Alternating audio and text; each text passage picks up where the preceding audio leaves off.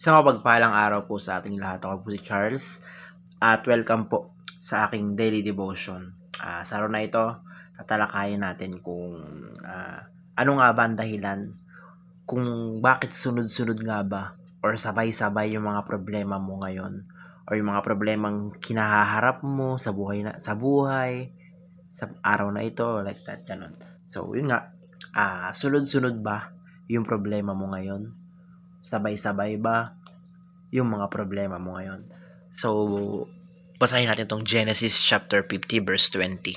Sabi rito, "You intended to harm me, but God intended it for good to accomplish what is now being done, the saving of many lives." Sa Tagalog, masama nga ang inyong ginawa sa akin. Subalit, ipinahintulot iyon ng Diyos para sa kabutihan. At dahil do'y naligtas ang marami ngayon. So, punta tayo sa unang katuruan. Sabi rito, gusto niyong mangyari yung concurrent.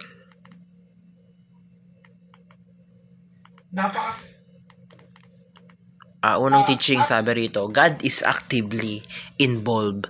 God is actively involved in our daily lives. So, sinasabi rito yung concurrent. Pag sinabing concurrent, ito yung double purpose. Kumbaga, yung merong sabay na nangyayari sa buhay mo. Marahil yun nga, God is actively involved in our daily lives. Mabuti man yan o masama. So, mag-focus tayo dun sa masama. For example, may masamang nangyayari sa'yo. For example, may problema ka, may pagsubok ka, may nangyayari sa'yong hindi maganda, something like that. Palagi natatandaan na nandun pa rin ang Panginoon. Involved pa rin doon ang Panginoon. Na sinasabi doon na may purpose, may dahilan kung bakit ka nakakaranas ng mga hinagpis, ng sakit, ng problema, ng pagsubok, dahil may dahilan doon ng Panginoon. Sinasabi doon yung concurrence na, sabi nga doon sa verse natin ngayon, masama yung ginawa sa'yo, masama yung nangyayari sa'yo, pero pinahihintulutan ito ng Panginoon para sa kabutihan.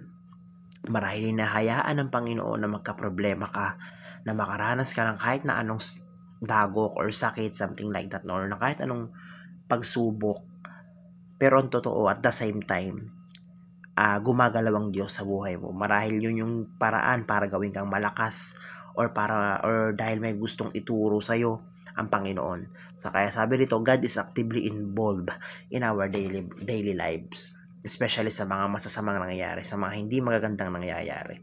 Nangyayari yon dahil may gustong sabihin sa atin ng Panginoon, may gustong ipaalam sa atin ng Panginoon. So, sa ikalawang teaching, sabi rito, nothing happens outside of God. Sabi rito, lahat ng nangyayari sa mundo, lahat ng nangyayari sa buhay mo, sakop ng Panginoon yan. Walang kahit na anong nangyayari dito sa mundo na hindi sakop ng Panginoon, na hindi gawa or na hindi dahilan ng Panginoon. For example,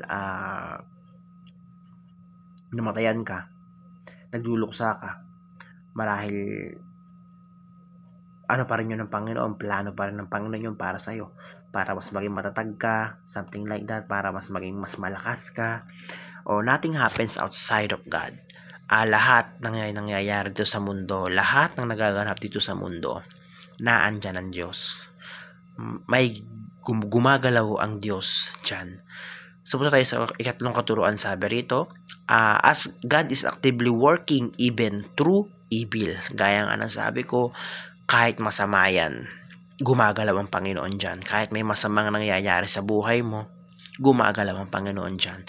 So, merong kwento sa Biblia na kwento ni Joseph na binenta siya ng mga kapatid niya, something like ganon, nakulong siya, napagbintangan siya ng aakit ng asawa ng iba. Sobrang napakagrabe nung nangyari sa kanya. Parang sobrang daming kasamaan or sobrang daming sakit, sobrang daming pagsubok na pinagdaanan niya. Pero lumipas yung panahon, may plano pala ang Diyos sa kanya. Kumbaga, naranasan niya yun, nangyari yung mga bagay na iyon kay Joseph para maging hari siya. I mean, maging pangalawa sa hari. Kasi ginawa siyang gobernador eh. Gobernador ng bansa na yun eh, na pangalawa sa mataas. Sumunod sa hari. So, kumbaga, hinahayaan ng Panginoon. Hinahayaan ng Panginoon na may mangyaring masama sa atin, na may hindi magandang mangyari sa atin, dahil may plano siya. May plano siya in the future. Baka marahil nasasaktan ka ngayon, nahihirapan ka ngayon, nagluluksa ka ngayon. Kasi sa future, merong pinaghahanda.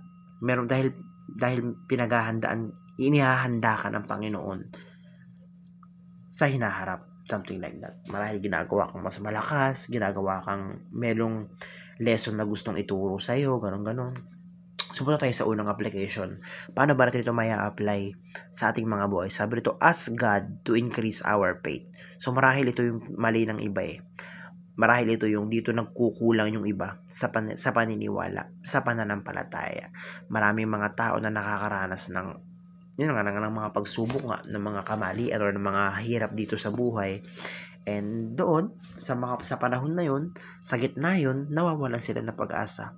Nawawalan sila na ng tiwala sa Panginoon na, Lord, ito ay may dahilan kung bakit nangyayari sa akin to.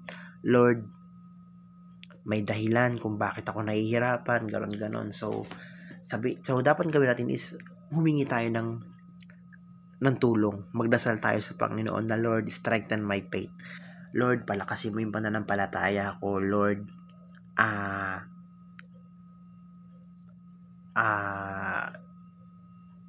baguhin mo yung isip ko na mas magtiwala ako sa'yo. Kasi, yun nga, dapat gano'n natin binubyo yung problema eh.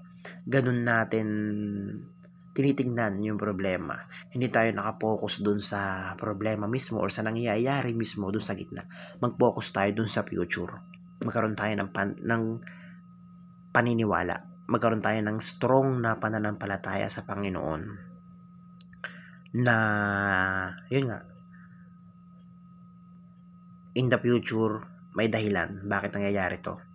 Sa hinaharap, may dahilan kung bakit ako nahihirapan, something like that. Sa ikalawang application, sabi nito, accept God's sovereign decision. So, tanggapin natin yung mga desisyon ng Panginoon. Desisyon ng Panginoon na bigyan ka ng ganito.